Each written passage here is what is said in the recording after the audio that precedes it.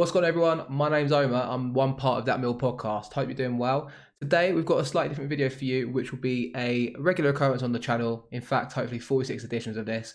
We're bringing in a prediction league. So if you haven't seen or don't follow us on Twitter, firstly, why aren't you following us on Twitter? Check us out on That Mill Pod. We are teaming up with News at Den, as you can see here. So the Championship Prediction League, a competition that they've ran over there for a few years now. And we've put forward a prize, second place prize of a signed shirt, a Millwall home or away shirt, to be decided between me and Mickey. But what I'll do is I thought we could play along ourselves, make our predictions, and it promotes you guys to obviously go and leave a prediction yourself. So, like I said, if you're new around here, be sure to check out News at Den, be sure to check out our site, check out our podcast. But yeah, without further ado, we're going to go straight into the predictions. So this is the landing page, obviously Championship Prediction League here. So welcome to News at Den's free Championship Prediction League. Simply register with Stats FC below to enter your predictions for the 2021-2022 Championship fixtures each week, with the winner next May receiving a very special prize. Courtesy of Millwall Football Club, the end of season table topper will enjoy a training ground experience in the summer of 2022. That means meeting the Lions squad at Calmont Road on a specific day, or specified day, sorry, with the opportunity to bring along your own club merchandise and have it signed by the Millwall players. As I mentioned, the prize for second place is a signed Millwall home or away jersey, which is this season is kindly sponsored by That Millwall podcast, which is us. Third place and runner-up in this tournament will then have a chance to receive a pair of Millwall gnomes in jerseys of your choice, courtesy from the Lion Roar magazine. Rankings table will be available after the first round of matches, with monthly leaderboards also available. And yeah, first prize is contingent on COVID-19. What's COVID? We don't want to talk about that. But yeah, like I said, guys, it's a bit of fun. Basically, all you do is you put your predictions in on the score predictions below. You hit save. You obviously have to do your predictions for each day. We're going to go through my predictions in a moment. And this will be a regular occurrence, hopefully 46 times, like I said. And it's a new bonus video that should be out every Thursday. This will be out quite late on Thursday evening. It allows, obviously, for you guys to hopefully check it out and leave your predictions. If you miss some, you won't get points. And obviously, you then have to go down as a no score for the week. But we'll refer back to the table every week. And we might read out who's top. If it's one of you guys, it'd be even better. So come on, that Mill podcast team. Hopefully one of us can win it and take home the trophy or the first prize. I mean, if you're watching this News at Den, where's the trophy for this as well? So Bournemouth versus West Brom, which is tomorrow night at Dean Court, or the Vitality Stadium, I think it's called nowadays. I've gone with a 1-1 draw. So obviously Bournemouth, new manager, Scott Parker in charge, obviously who was headhunted for 6 or 7 weeks to take the job there. Eventually left Fulham, went to Bournemouth. He's up against a new manager in Valerie Ishmael at West Brom, who obviously guided Barnsley to 5th or 4th place in the playoffs last season. They lost out, obviously, and didn't get promoted, and they lost their manager as a result of that. He's gone to West Brom. So, unique style of play there at West Brom. They like to get the ball forward quick. They play in the opposition's area quite a lot, and it's just relentless, really. High pressing lines. And it's obviously good to watch last year, I thought, with Barnsley, but it's going to take a little while, I think, for it to work at West Brom. Likewise with Scotty Parker at Bournemouth, who I think will actually take Bournemouth into the playoffs this season. But yeah, I'm going to go a 1-1 draw here. I just see it being a cagey affair, but hopefully a nice, entertaining opening to the Championship this season. We'll go on to Saturday. I'll talk about the Millwall game first, because that's what we're here for, right? Sod it. I've got Millwall to win 2-1 on Saturday at Loftus Road. I just fancy us, I'll be honest.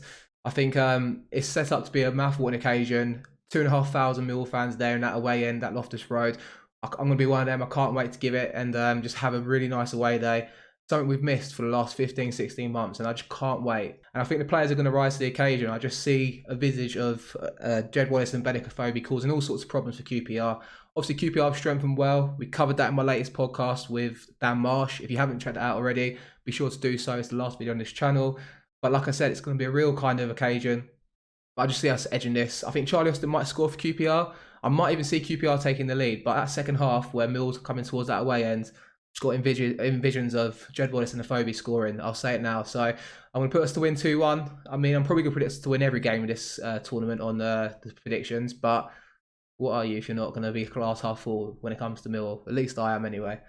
Blackburn v Swansea, I've gone for a 0-0. Blackburn have got a lot of kind of issues at the moment off the field. They're obviously trying to battle to keep Adam Armstrong. He's probably going to go to the Premier League. Is he even going to feature on Saturday? A deal could be done by then already, and he'll be out the door.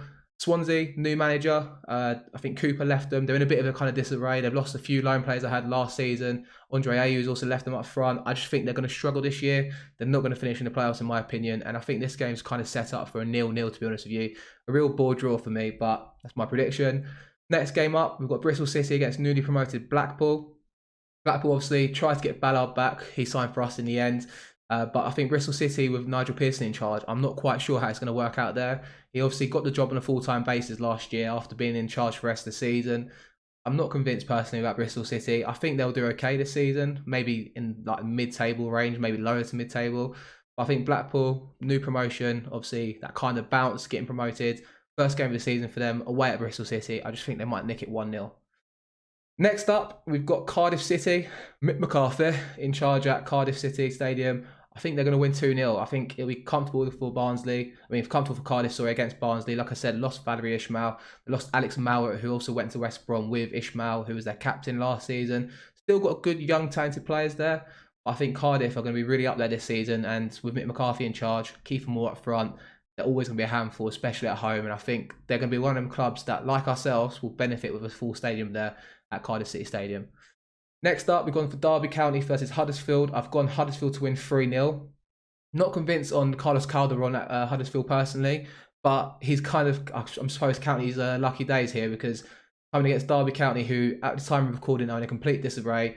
They've only got 9 first-team players available for Saturday's game. They've tried to sign some trialists. I'm not sure if that's going to go through or not before the game on Saturday. Wayne Rooney seems to be getting in trouble off the field for things we won't go into details on here. But I think they're going to just get battered 3-0. It's kind of a real mess at Derby. And I think they're going to finish where Peterborough are at the moment on this little league table here, 24th place this season. So on 3-0 Huddersfield, it's my prediction, obviously.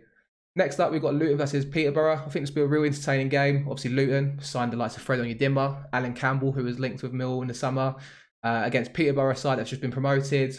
Quite a slicky side normally. I think Peterborough will actually stay up this time of asking in the Championship. I think it'll be a 1-1 draw this game, and I think, both sides will be happy with that as well. Next up, we have Preston versus Hull. Preston are a side who lost Alex Neil last year, their manager. I think it's Frankie McAvoy's come in, who was his assistant, and he actually got the job on a full-time basis. Not convinced about Preston. I think Hull, also being newly promoted, will be quite difficult to beat in a lot of games. Got real workmen in their team, like Josh McGuinness, players like that, who are, players that are kind of not pretty on the eye at times, but I think they'll be quite effective in the Championship. I'm gone 0-0. I suppose law of averages, I've got to get a couple of these results right, so we'll hopefully see with that. Like I said, Mill to win 2-1 at QPR. I've gone for Stoke City to beat Reading 1-0. I think Stoke are going to have a good season on the Micro O'Neill. Maybe outside chance of the playoffs. I think definitely top half finish is very feasible for them. Against a Reading side who seems to be in trouble financially. Lost the likes of, I think it's Elise to Crystal Palace, and a couple of other players have left. I think Omar Richards went to Bayern Munich, the right back. They lose a couple of players, and I've not really seen them replace them. So tricky one there for Reading, I think, and it could be a tricky season at the Medeski, in my opinion. And last up, 8 o'clock. Two sides that I think will both benefit the fans, but more particularly Sheffield United here. 8 p.m. on TV, I imagine, because it's at 8 o'clock. I think Sheffield United are going to bounce back this year. Slavisa Jovanovic is a good manager. I think he's a good fit for Sheffield United as well, getting playing well. And I think they're going to win quite comfortably on Saturday night against Birmingham, who, with Lee Bowyer in charge, I guess mid-table will be good for them, wouldn't it, this season? We finally get on to Sunday's fixtures. We've got Fulham versus Middlesbrough. Fulham obviously recently relegated with Marco Silva in charge. Obviously strengthened with the likes of Harry Wilson coming in for £12 million from Liverpool against Neil Warnock's Middlesbrough, who Neil Warnock's just going to be effective as ever. Another side like Cardiff, I've said Mick McCarthy. Neil Warnock's a workman-like manager. He's still doing it. I think he's 73, 74 years of age, Neil Warnock, and I love him at the Den probably for the last 10 years, to be honest. And I think, I think he's going to get Middlesbrough on singing on the same hymn sheet this year. And I think even though they've not got so many players in their squad, they lost George Saville. I think they've strengthened a couple of good players there.